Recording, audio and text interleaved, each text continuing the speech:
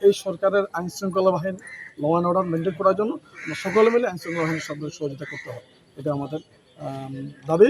এবং যারা আজকে ঘটনা ঘটিয়েছে, কীভাবে আসলো, কোত্থেকে আসলো, কীভাবে সে শহরে ঘটনা ঘটাচ্ছে, তাদের বিরুদ্ধেও কঠোর নজর এনে তাদেরকে আইনে আওতায় আনার আমরা সর্বোচ্চ দাবি জানাচ্ছি।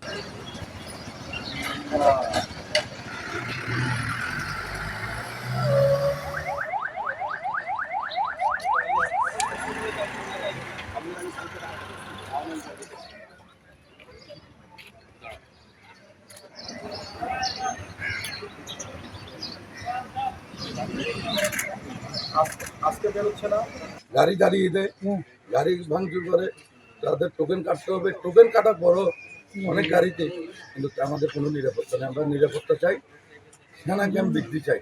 কাপ্তাই আসাম বস্তি সড়কে কমপক্ষে 10টি সেনা ক্যাম্প স্থাপন করতে হবে, এটা আমাদের জোরালো দাবি। রাঙামাটি চট্টগ্রাম সড়কে দেবপাচুরি ওই এলাকায় সেনা ক্যাম্প স্থাপন করতে হবে। পুতুলছড়ি, মানিকছড়ি, খাগড়াছড়ি রোডে কমে 15টা আরও সেনা ক্যাম্প স্থাপন করতে হবে নিরাপত্তার জন্য। আমরা নিরাপদে গাড়ি চালাতে চাই, আমরা এখানে রাজনীতি করি না।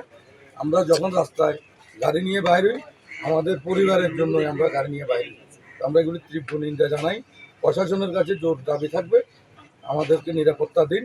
নিরাপত্তা না দিলে আমরা কঠোর এই ধর্মঘট থেকে আমরা আপনাদের মাধ্যমে প্রশাসনকে জানাতে চাই, কঠোরতম কঠোর আন্দোলন আমরা করবো আমাদের নিরাপত্তার জন্য। আমরা আসলে এই ঘটনার নিন্দা জানাচ্ছি, পরিষ্কার কথা। এই ধরনের ঘটনা আসলে মোটেই কাম্য না। রাঙামাটি শহরটা সে 2012 সালে আপনারা জানেন একবার ঘটনা ঘটেছিল।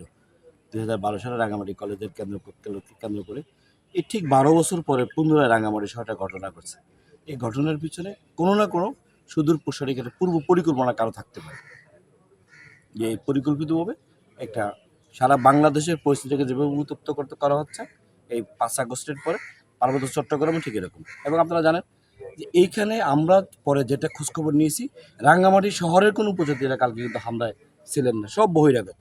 আপনি দেখেন সমতা গার্ড দিয়ে তারা পাহাড়িরা ঢুকে, পাহাড়িরা গেল কোথায়? হাজার হাজার পাহাড়িরা সমতা গার্ড দিয়ে বন্ধের উপর কাঁচা বাজা দিয়ে ঢুকলেন। এই পাহাড়িরা নিশ্চয় তারা পূর্ব থেকে তারা নৌকা বোট রেডি রাখছেন, মানে যেন হামলা করে আবার চলে যেতে পারেন। বিষয়গুলো আপনাদের কাছে, আপনারাও জাতির বিবেক সাংবাদিক, আপনারাও আপনার কাছে পরিষ্কার যে বহিরাগত লোকজনকে দিয়ে একটা মহল পুরা পরিস্থিতিকে উত্তপ্ত করার জন্য চেষ্টা করছে।